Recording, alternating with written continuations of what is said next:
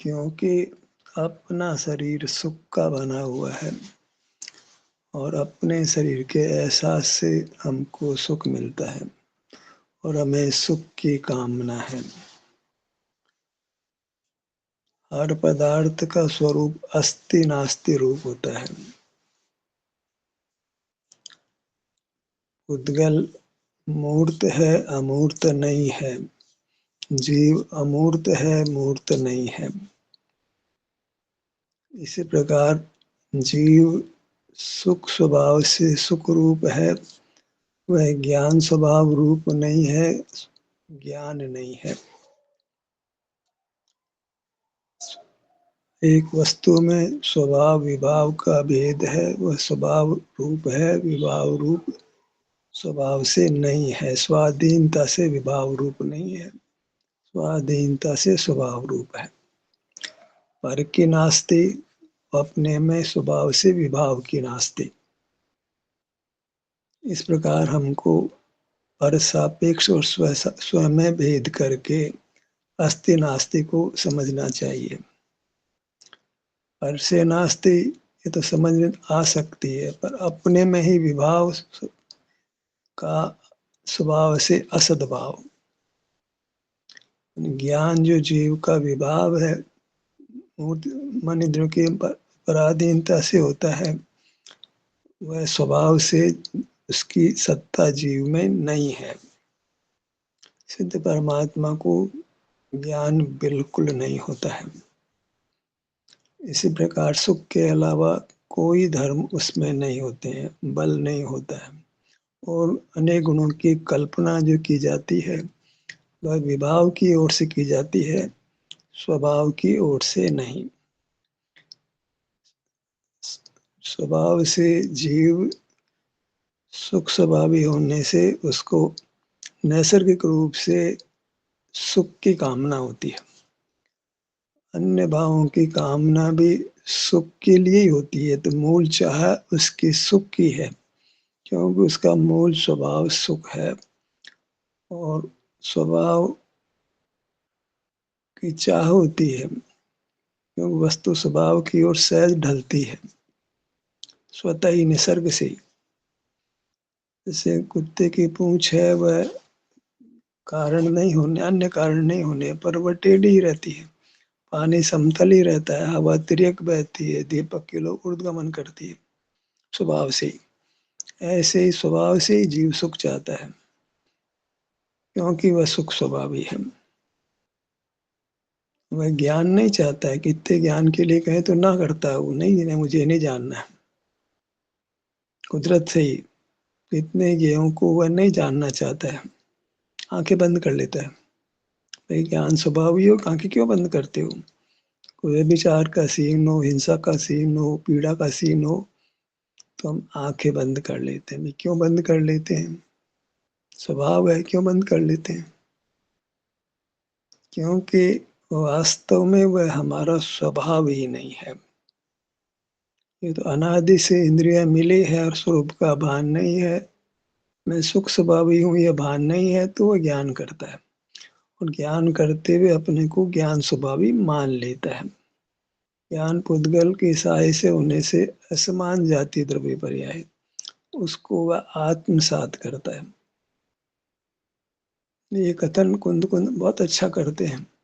असमान जाति द्रव्य पर्याय में एकत्व महत बुद्धि वही संसार का हेतु है, पर वो खुद ही नहीं जान पाते हैं कि ज्ञान भी असमान जाति द्रव्य पर्याय है। ये मतलब अब स्वयं में ही स्वयं के वचन का बाधक बनना है। वो ज्ञान को विभाव भी कहते हैं, असमान जाति द्रव्य पर्याय भी कहते हैं और उसको स्वभाव भी कह देते हैं। उसको आत्मसात करने को दुख का कारण मानते हैं और उसको स्वभाव भी मान लेते हैं, और हम लोग भ्रमित हो जाते हैं। हम भेद ही नहीं कर पाते कि कहाँ उनके वचनों में, उनके वचन स्वबाधित वचन होते हैं। वीरसेन को भी आप पढ़ते हैं तो कहते हैं कि आगम को प्रमाण नहीं मानना चाहिए, क्यों? आगम में विरुद्ध वचन मिलते हैं और आगम को प्रमाण मानने के बाद आगम प्रमाण ये भी कहते हैं। ज्ञान पर प्रकाशक है और निश्चित ही जब पर प्रकाशन होता है तो आकुलता होती है, तो वह पर प्रकाशन स्वभाव ही मान लेते हैं, केवल ज्ञान को स्वभाव ही मान लेते हैं, तो उनके वचन भी स्वबाधित होते हैं। क्या करें, क्या करें? पर का विश्वास छोड़ो, अपना विश्वास जगाओ। आप एक उत्तम पदार्थ हैं, आप हीन नहीं है, पामर नहीं है। अपने प्रति हीनता का भाव छोड़ो, तब जाकर के स्वाभिमान जगेगा और आप अपने सन्मुख हो सकेंगे। अपने को पामर मानकर कोई अपने सन्मुख नहीं हो सकता है, क्योंकि वृत्ति सहज ही उत्तम वस्तु की ओर ढलती है। जब उत्तम अनंत भगवान को मानते हैं तो वृत्ति अनंत की ओर ढलती है, प्रतिमा की ओर ढलती है। और अपनी मूर्त को आप उत्तमार्थ मानते हो तो वृत्ति अपनी मूर्त की ओर ढलने वाली है। अब हम स्वयं सोचें, विचार करें कि हम किसको उत्तम मान रहे हैं।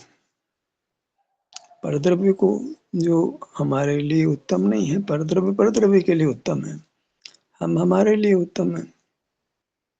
ये हमको परद्रव्य को ही अनुत्तम नहीं कहना, हमारे लिए अनुत्तम है, स्वयं के लिए उत्तम है। अस्ति नास्ति है, मैं मेरे लिए उत्तम हूँ और किसी के लिए उत्तम नहीं हूँ, माने औरों के लिए मैं अनुत्तम हूँ। ये अस्ति नास्ति रूप वस्तु के स्वरूप का कथन है। मैं सबके लिए उत्तम हूँ ऐसा नहीं है, कोई सबके लिए उत्तम है ऐसा नहीं है। भगवान सब लोग के जीवों को शरण देते हैं ऐसा नहीं है, भगवान स्वयं को शरण देते हैं। हर जीव स्वयं को शरण देता है। सब जीव शरण स्वरूप है लेकिन एक दूसरे के लिए नहीं है। सब जीव मंगल स्वरूप है लेकिन एक दूसरे के लिए नहीं है। मैं अपने लिए मंगल स्वरूप हूँ, दूसरे के लिए मंगल स्वरूप नहीं हूँ, माने अमंगल हूँ। मैं अपने लिए उत्तम हूँ, दूसरे के लिए अनुत्तम हूँ। ये अस्ति नास्ति मार्ग है। मैं अपने लिए शरण हूँ, दूसरे के लिए शरण नहीं हूँ। यही पंच परमेष्टि के संबंध में या गुरु के देव शास्त्र के संबंध में हमको घटाना है। देव शास्त्र गुरु शास्त्र तो उद्गल है, उसकी तो बात ही नहीं है। देव और गुरु जो जीव हैं वे स्वयं के लिए मंगल है, उत्तम है, शरणभूत है, हमारे लिए नहीं है। मंगल नहीं है हमारे लिए, उत्तम नहीं है, शरण नहीं है। तो दूसरे शब्द में क्या है, वे हमारे लिए अमंगल है, अनुत्तम है और अशरण है। ऐसी सास जुटाना पड़ेगी कि जो अनंत परमात्मा है, या कहो तो पंच परमेष्टि है, कहो तो शास्त्र है, कहो तो तीर्थ क्षेत्र है, वह हमारे लिए मंगल नहीं है, उत्तम नहीं है, शरणभूत नहीं है। तो फिर उनकी ओर प्रवृत्ति रुकेगी, तो प्रवृत्ति कहाँ जाएगी? अपनी ओर आएगी, कोई दूसरा सहारा नहीं है। जब सारे जगत को हमने अमंगल माना, अनुत्तम माना, अशरण माना, केवल अपनी मूर्त को ही मंगल माना, उत्तम माना, शरण माना, बताओ अस्ति नास्ति दोनों से ही स्वयं के लिए आश्रयभूत होता है, और कोई पदार्थ हमारे लिए आश्रयभूत नहीं होता है। तो वृत्ति पर की ओर से हट जाती है और अपनी ओर ढल जाती है। यही तो मोक्ष मार्ग है। इसी मोक्ष मार्ग को हमने ग्रहण करना है यदि हम मोक्ष चाहते हैं तो। इसी का बहुत विस्तार हो सकता है, बात छोटी है लेकिन हम ग्रहण नहीं कर पाते हैं तो इसका बहुत विस्तार से कथन होता है, ताकि हमारे हृदय में वो अच्छी तरह से उतर जाए। उस केवल विस्तार किया जाता है कि हम कहीं बाहर अटके नहीं, अच्छी तरह अच्छी बात को समझाया जाता है। काय के लिए? अच्छी बात का ग्रहण कराने के लिए, विस्तार के लिए नहीं है। विस्तार की आवश्यकता तब तक होती है जब तक हम अपने स्वरूप के अनुभव में स्वयं बाधक हो जाते हैं।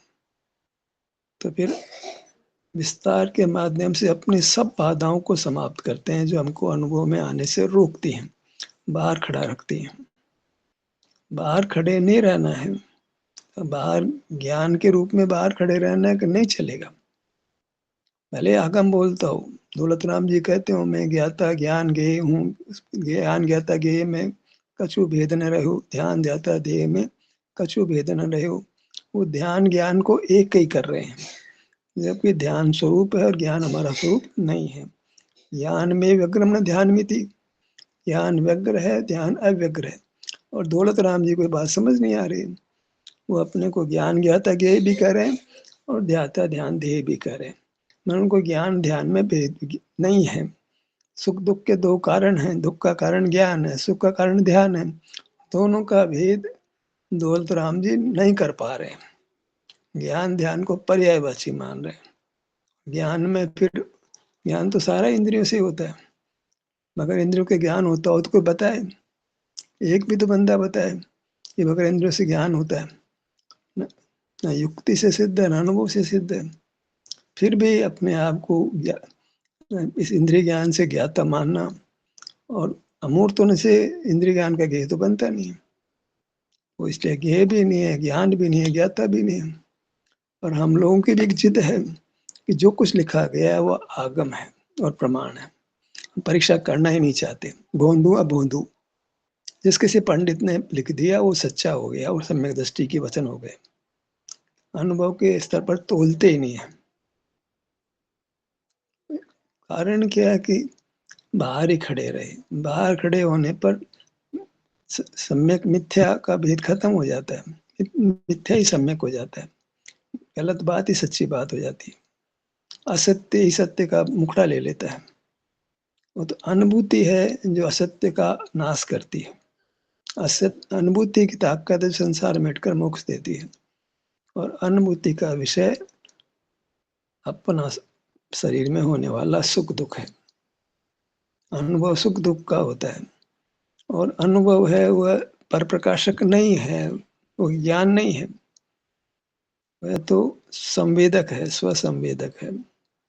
आपका सुख का अनुभव करता है। पर लक्ष्य में विषय सुख दुख होता है, लेकिन वह तो परोक्ष हो गया। यहाँ तो स्वसंवेदन प्रत्यक्ष है, विषय सुख परोक्ष है, और स्वसंवेदन है जहाँ शारीरिक सुख दुख का अनुभव होता है वह प्रत्यक्ष है। दुख भी प्रत्यक्ष अनुभव में आता है, दुख प्रत्यक्ष अनुभव में आता है, परोक्ष नहीं है। इसलिए दुख के अनुभव में भी कर्म निर्जरा होती है। यद्यपि दुख के अनुभव में ठहरना कठिन होता है, पर जो ठहर जाते हैं तो वो कर्म क्षय करके परमात्मा भी हो जाते हैं। ऐसा लिखा आगम में, परिचय सहन किए बिना एक जीव ऐसा नहीं जो मुक्त हो गया हो। परिचय नाम शारीरिक दुख का है, भूख है, प्यास है, जब आश्रय नहीं करना होता तो भोजन को भी नहीं ग्रहण करता है, पानी को भी ग्रहण नहीं करता है तो क्षुधा तृषा को सहन करता है, सर्दी है तो उसको भोगता है, वस्त्र का ग्रहण नहीं करता है। ये सब परिचय मोक्ष मार्ग में परिचय जय के रूप में आएंगे सामने। तकलीफ हुई और साधन जुटा लेना, भूख लगी खाना खा लेना, प्यास लगी पाना पी लेना, ठंड लगी कपड़े वो पहन लेना, हीटर चला लेना, गर्मी लगी पंखा चला लेना, एसी चला लेना, ऐसे तो पराशय कोई मिटने वाला ही नहीं है।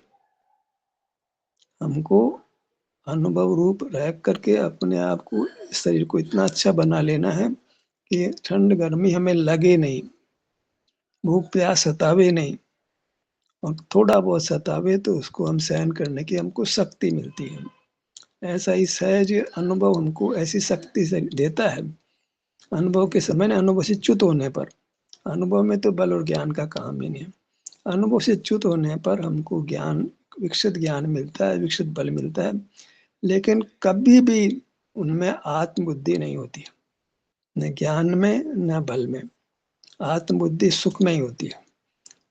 ज्ञान और बल तो अनुभव से च्युत होने से उत्पन्न होते हैं, अन्यथा उत्पन्न ही नहीं होंगे। लेकिन अभी साधक अवस्था में उस अनुभव से च्युत हो जाता है, स्वरूप से च्युत हो जाता है, अनादि संस्कार वश और कर्म के उदय के वश, उदय के बलवत्ता में वह कह जाता है, जोर चलता नहीं है, कुछ चलाने की जरूरत भी नहीं, चलाने से होगा भी नहीं। बस यह है कि जब उदय बलवान नहीं है तब वो अपना काम कर सकता है, तब उसको कर लेना चाहिए। जब जब उदय बलवान है तब नहीं कर सकेगा। कहते हैं कि गरीब व्यक्ति है, उसको सर पे कोई छत नहीं है, गर्मी का मौसम है, तो खाना बनाकर तो खाना ही होता है। कल सवेरे-सवेरे इतनी गर्मी नहीं होती है, तो खाना पका के खा ले। बाद में तो इतनी धूप होगी, धरती तपेगी, तो बैठ के खाना नहीं बना सकेगा। ऐसे ही है, पानी के तेज बहाव में तू नहीं तिर पाएगा, पर मंद बहाव में हाथ-पाँव मार के बाहर आ जाना। ऐसे मंद तकलीफ में तुम्हारा जोर चलता है कि तुम सहन कर सकते हो। तीव्र दुःख में तुम सहन नहीं कर सकोगे। तो क्या करें साहब, तीव्र दुःख है तो, अरे भैया तीव्र दुःख तुम्हारे द्वारा उपार्जित है। अब ऐसा कोई काम मत करो जिससे तीव्र दुःख होता हो। वो क्या काम है? अपने शरीर का एहसास करो। उससे ही कर्म की बलवत्ता नष्ट होगी, पाप प्रकृति पुण्य में बदलेगी, बाहर में आपको आने पर अनुकूलता मिलेगी। और उस अनुकूलता में बहना नहीं, पानी के मंद भाव में एंजॉय मत करने लगना, बाहर आ जाना। दिक्कत ये है कि पानी के मंद बहाव में एक दूसरे पे छिटा मार करके खेलने लग जाते, तेज बहाव अतर बह जाते। मंद भाव मनोरंजन के लिए नहीं है, इंद्रिय सुख के लिए नहीं है। मंद भाव आता है, मंद उदय आता है, वह स्वरूप गुप्त होने के लिए आता है। जब तुम्हारा कहते हो हमारा स्वास्थ्य अच्छा है, पर धन की प्रतिकूलता नहीं है, परिवार भी प्रतिकूल नहीं है, तो क्या करना? अंतर्गुप्त हो जाना, अपने में मगन हो जाना और कर्म नाश करके परमात्मा हो जाना। ये मार्ग का प्रकार है। अनुकूलता होने पर भी मालूम नहीं है मार्ग की मार्ग क्या है। तो मार्ग का ज्ञान नहीं है, उसका हेतु यही है कि वो ज्ञान भाव में खड़ा रहता है। सहज ज्ञान धारा चल रही है, उसमें बहता रहता है। मोह ऐसे ज्ञान धारा चलती है, उस ज्ञान धारा में बहता रहता है। उसको स्वभाव मानता है, विभाव को स्वभाव मानने की भूल करता है, तो विभाव को छाती से लगाता है, तो कष्ट बढ़ जाता है। दुख के कारण को छाती से लगाता है, तो दुख बढ़ जाता है। ज्ञान क्रिया दुख के कारण को छाती से लगाता है। ज्ञान क्रिया प्रकृति बहिर्मुखता के रूप है, उनको छाती से लगाने का प्रश्न नहीं, उनको तो निंद भाव रूप में देखना है, तब उनको छोड़ता है। ज्ञान सुख रूप वस्तु को सेवन नहीं करता है, उधर देखता ही नहीं है, देखने की ताकत ही नहीं है उसमें। इसलिए ज्ञान को निंद कोटि में रखना, चाहे वो अनुभव से च्युत होने पर हो या अनुभव रहित जीव को हो, चाहे दर्शन मोह मिटने पर हो या दर्शन मोह के रहने पर हो। ज्ञान तो निरंतर निंद ही है, प्रभाव ही है, क्योंकि वह कर्म की उपाधि से होता है, इंद्रियादि के अधीन होता है। इसलिए ज्ञान में कभी अच्छापना नहीं होता, मन सम्यकपना नहीं होता। ज्ञान का सम्यकपना एक मोही जीव की कल्पना मात्र है। किसकी? मोही जीव की। मोही जीव ज्ञान को सम्यक कहकर, अच्छा कहकर ज्ञान में ठहरता है और अपने गर्दन पर खुद छुरी चलाता है। ज्ञान को सम्यक कहकर ज्ञान में खड़ा रहकर अपने अपने गर्दन में खुद छुरी चलाता है, अपना नाश करता है। पर जब अनुभव से अनुभव से छूटकर जो ज्ञान पैदा होता है, उस ज्ञान में ज्ञान की हेयता प्रति समय भाषित रहती है। ये ज्ञान रूप परिणाम जो मुझे हो रहा है, ये आत्मघाती है, विष कुंभ है, जहर है, निंद है, ये आत्मघाती परिणाम है। तो ऐसा निर्णय जब ज्ञान में होता है, तो वह जीव ज्ञान को छोड़ देता है और आपके अनुभव रूप हो जाता है, मोक्ष मार्ग में स्थित हो जाता है। ये तो नास्ते से बात भी, मैं सुख हूँ, पांव से मस्तक तक मैं सुख हूँ। ध्यान कराने वाले बोलते हैं सुख सुख सुख, सिर से पांव तक सुख सुख, और सुख चाहता है ये रहा सुख, ये रहा सुख, इतना बड़ा सुख है पांव से मस्तक तक। तो इसका तुम भोगो, क्योंकि तुम सुख चाहते हो। सुख तो हाजिर है, बड़ा सारा है, पांव से मस्तक इतना बड़ा है, कोरा सुख ही है और कुछ नहीं है, तो ये सुख है, ये सुख है, ये सुख है। अंगुली भी सुख है, अंगूठा भी सुख है, कलाई भी सुख है, कोहनी भी सुख है, कंधा भी सुख है, गर्दन भी सुख है, सीना भी सुख है, पेट भी सुख है। लो भोगो भोगो भोगो, सुख है सुख है। वह खुद भी सुख लेता है, अन्य जीवों को भी कहता है कौवे की तरह से, भोजन आओ आओ आओ। तो उसके मुख से यही उपदेश होता है कि देखो पांव से मस्तक तक सुख रहा, भोगो भोगो भोगो, सब जीव सुख सागर में निमग्न होकर सुखी रहो। ये तो स्वरूपच्युत होकर कहता है, क्योंकि अभी वह भी मोह के वश है, अभी मोह से पूरी तरह छूटा नहीं है। फिर भी उसने मोह की सेना को जीतने के लिए कमर कस ली है। इस प्रकार से फिर अपने सुख का भोग करने लगता है, सुख से च्युत हो जाता है पर जल्दी वापस सुख का भोग करने लगता है। उस सुख को अनुभोगा नहीं रखता है, बाहर खड़ा रहकर अनुभोगा रखता है, पर बाहर ज्यादा खड़ा नहीं रहता है। शीघ्र लौटकर सुख का अनुभव करने लगता है, क्योंकि उसको सुख चाहिए और सुख की खबर हो गई है। ये पांव से मस्तक ये सुख है, अब सुख चाहिए, ये सुख रहा, अब और काम क्यों करेगा वो। हल्दी लगे ने फिटकरी रंग चोखा है, न पैसा चाहिए, न कहीं जाना है, न प्रवचन करना है, न प्रवचन सुनना है, न भगवान के दर्शन करना है, न भगवान के पूजन करना है, न गुरु की उपासना करना है। इस सुख के अनुभव के लिए न भोजन करना है, न पानी पीना है, न सोना है, न कुछ नहीं करना है। ये सुख रहा, सुख का अनुभव करो। और पाता है कि सुख के अनुभव में सारे बाहर के रोग मिटते हैं, भूख प्यास निद्रा और जितने प्रकार के रोग, जितने प्रकार के कष्ट राग द्वेष मोह, सब दुख मिटते हैं। जब सुख आता है तो दुख का नाश करते हुए आता है, क्योंकि सुख दुख एक साथ नहीं रह सकते। हम सुख उत्पन्न करते हैं तो साथ में दुख उत्पन्न नहीं हो सकता है, एक दो विरोधी भाव एक साथ नहीं होते। तो अपने मूर्त को सुख रूप से पहचान लेना, यही मोक्ष मार्ग है। ये शरीर जो है, जो मुझे अनुभव में आता है, ये हाड़ मांस का नहीं बना है, इसलिए अशुचि नहीं है। ये तो अत्यंत पवित्र है, सुख का बना होने से दिव्य है। ज्ञान से इसकी दिव्यता नहीं, ज्ञान से इसकी अदिव्यता है। ऐसा नहीं कि केवल ज्ञान को कौन दिव्य कहेगा अगर वो सकल द्रव्य गुण पर्यायों को नहीं जानता है। ये परिभाषा अत्यंत दूषित है, दुख का कारण है, दुख स्वरूप ही है गाथा। दिव्यता जीव की ज्ञान से नहीं है, दिव्यता जीव की सुख से है। अब हमको जो शास्त्र मिल गया है, मुसलमान को कुरान मिल गई है, ईसाई को बाइबल मिल गई है, हम लोगों को समय सार मिल गया है, हर वाक्य उसका प्रमाण है। तो ठीक है, पराधीन जीते रहो, कोई रोकने वाला थोड़ी। तुम्हारी बुद्धि तो सब घास चरने चली गई है, बाहर रहती है तुम्हारी बुद्धि तो कुबुद्धि हो रही है, सारी बुद्धि मिथ्या हो रही है। तो उसका तो कोई उपाय ही नहीं है। हमें ब्लाइंड फॉलोवर होकर रहना है, तो फिर कौन रोकता है। तो मनुष्य बनने में तुमको विकसित ज्ञान मिला है, उसका तुम उपयोग नहीं करते हो, उसका कोई फायदा नहीं उठाते हो। तुम तो बाहर रह के तुमको विषय सुख मिलता है तो तुम राजी हो, तुम विषय सुख से ही राजी हो। ज्ञान में नाम मिलता है, पैसा मिलता है, विषय सुख मिलता है, बहुत अच्छा है, भोगते रहो। तो 4 दिनों की चांदनी, फिर अंधेरी रात। फिर कैसी रात है, बस वनस्पति में जन्म लेकर दीर्घ काल तक उसमें रहना है, क्योंकि गिरने के मनुष्य पर्याय से च्युत होने के बाद में अधिक जीव राशि वनस्पति रूप है, तो वहीं हमारा स्थान होना लगभग निश्चित हो जाता है। यदि हम ज्ञान में अपना आत्मसात करते हैं, असमान जाति द्रव्य पर्याय को आत्मसात करते हैं, तो फिर असमान जाति द्रव्य पर्याय मिलेगी, मूर्ख से बंद होगी। और अधिक संख्या मूर्ख से बंधने की वनस्पति रूप है। तो ठीक है, वनस्पति में रहो। जिस ज्ञान की तुम हिमायत करते हो, वह ज्ञान भी तुमको मिलने वाला नहीं है। ज्ञान तो रहेगा, अति अल्प रहेगा, और सुख का तो कोई नाम निशान ही नहीं है। कारण कि मूर्छा में शरीर का एहसास नहीं होता है, शरीर के एहसास के बिना मोक्ष मार्ग या मोक्ष नहीं होता है। ध्यान का सत्र यहीं समाप्त होता है।